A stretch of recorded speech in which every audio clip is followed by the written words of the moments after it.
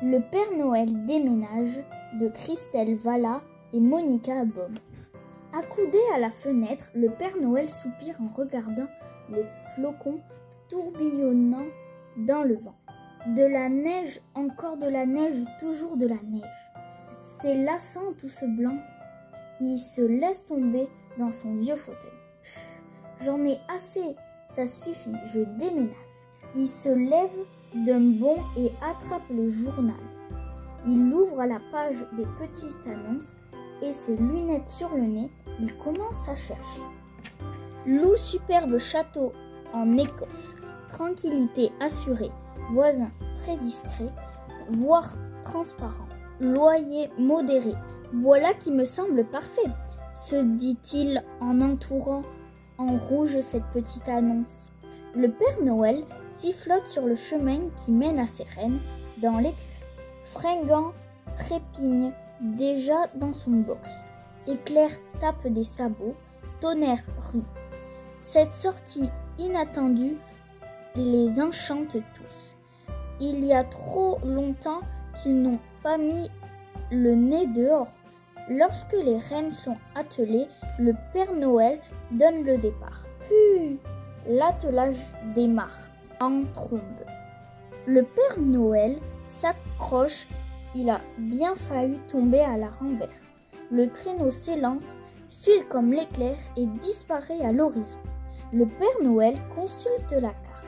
L'Écosse, c'est par ici, s'écrie-t-il en tirant sur les rênes.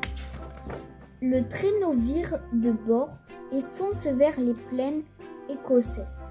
Il survole les forêts et se pose finalement devant les grilles d'un vieux château.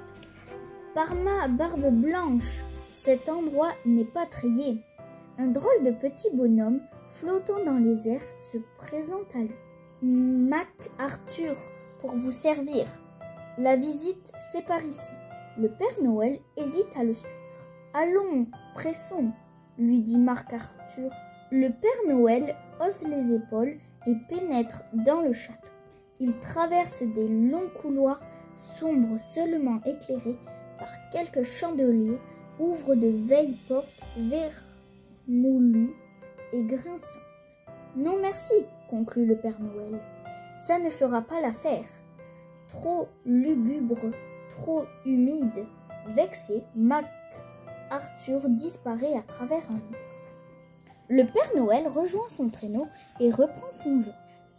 Loup, petite case en Afrique, petit paradis au bord de l'eau, calme absolu, seulement troublé par le chuchotis de la rivière. L'attelage démarre en tombe. Le Père Noël surveille sa boussole. En route, cap sur l'Afrique. Il traverse les nuages et survole le désert. Des troupeaux de girafes courent dans les hautes herbes. Le Père Noël se pose en douceur au milieu de la savane, devant une case au toit de paille. Par ma barbe blanche, qu'il fait chaud ici, soupire le Père Noël. Un petit homme approche en dodelinant de la tête. Sambo, pour vous servir. La visite, c'est par là. Le Père Noël n'en peut plus. Le soleil brûlant lui chauffe les oreilles. Il pénètre dans la casse, heureux de trouver un peu de fraîcheur. Le sol en terre battue, des nattes comme seul lit. Mon pauvre dos ne s'en remettra pas. Non merci, ça ne fera pas l'affaire. Il a tout juste le temps de rejoindre son traîneau qu'un crocodile affamé lui déchire un morceau du pantalon. Ouf! Un peu plus et je lui servirai de repas. Mais le Père Noël ne baisse pas les bras. Il sort de nouveau son journal et entoure une troisième annonce. Coquette appartement en plein cœur de New York. Grande terrasse aménagée, vue splendide sur la ville. Voilà ce qu'il me faut. À nous l'Amérique. Le traîneau vole au-dessus de l'océan. L'attelage arrive à New York et se gare entre deux voitures.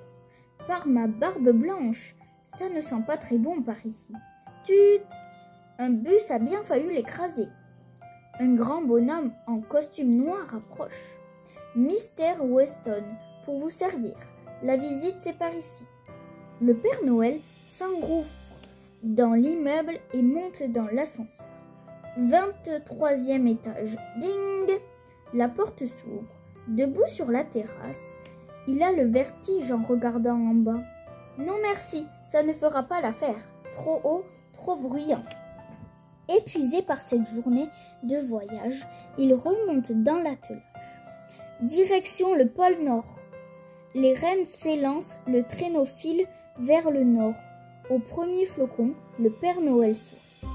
Devant la grande étendue blanche, il revit de la neige, encore de la neige, toujours de la neige. Finalement, c'est charmant tout ce blanc. Fin de l'histoire.